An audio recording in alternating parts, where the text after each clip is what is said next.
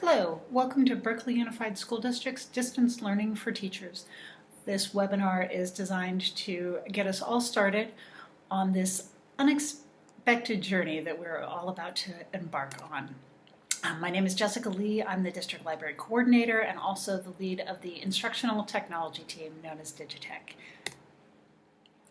I should let you know that this is the first in many upcoming trainings starting the week of April 6th. We will also have live Zoom trainings as well as documentation to help you as a teacher navigate that unexpected classroom.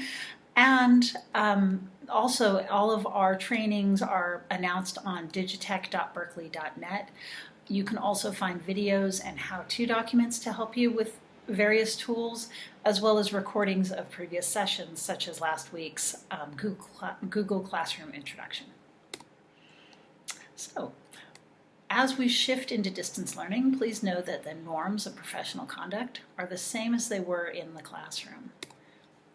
So, for example, you are a mandated reporter. Those same standards that applied in your classroom apply in the online environment.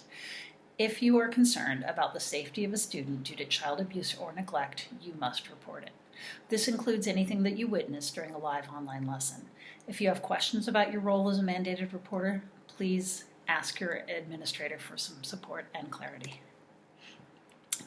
You are also going to maintain an anti-harassment environment, just as you would in your classroom. This can be tricky with teens and technology, and the place where we found the greatest issue is within unmonitored online chats. We set up the Zoom for BUSD so that chats are turned off by default. Teachers can turn them on, but if you do turn a chat on, please know that you are responsible for monitoring it and maintaining that environment. We'll talk a little more about student behavior toward the end of this training.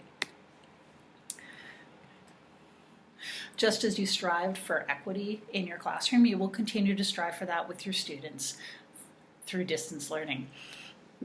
Please continue to provide culturally responsive content and also be aware of the challenges to accessing online learning. You will need to adjust some of your teaching practices to meet students with the greatest needs, particularly in dealing with students that have limited access to technology.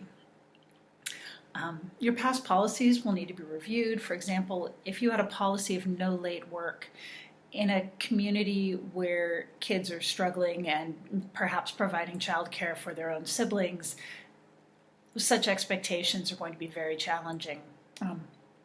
Additionally, telling students that they are required to attend office hours does not take into account the current reality of families who are competing for computer time.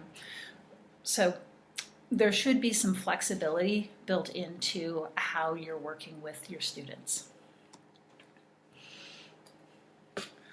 One of the values of distance learning is that technology allows for greater differentiation and personalization of materials.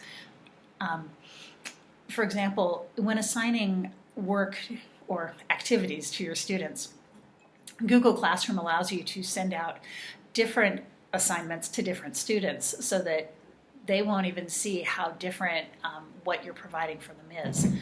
As well, many online tools have built-in support such as voice to text or tools that translate or can read aloud to students. There are even some websites that have multiple reading levels provided. Take advantage of those when you're working with your students. Look for ways that you can personalize their learning. Equally, invite students to show their knowledge in a variety of ways. In particular, when they're submitting work online, it doesn't all have to be typed. They can write or draw and then take a picture and send it to you. They can record videos and send them to you. Look for ways to welcome a variety of ways of responding and letting kids show you what they know.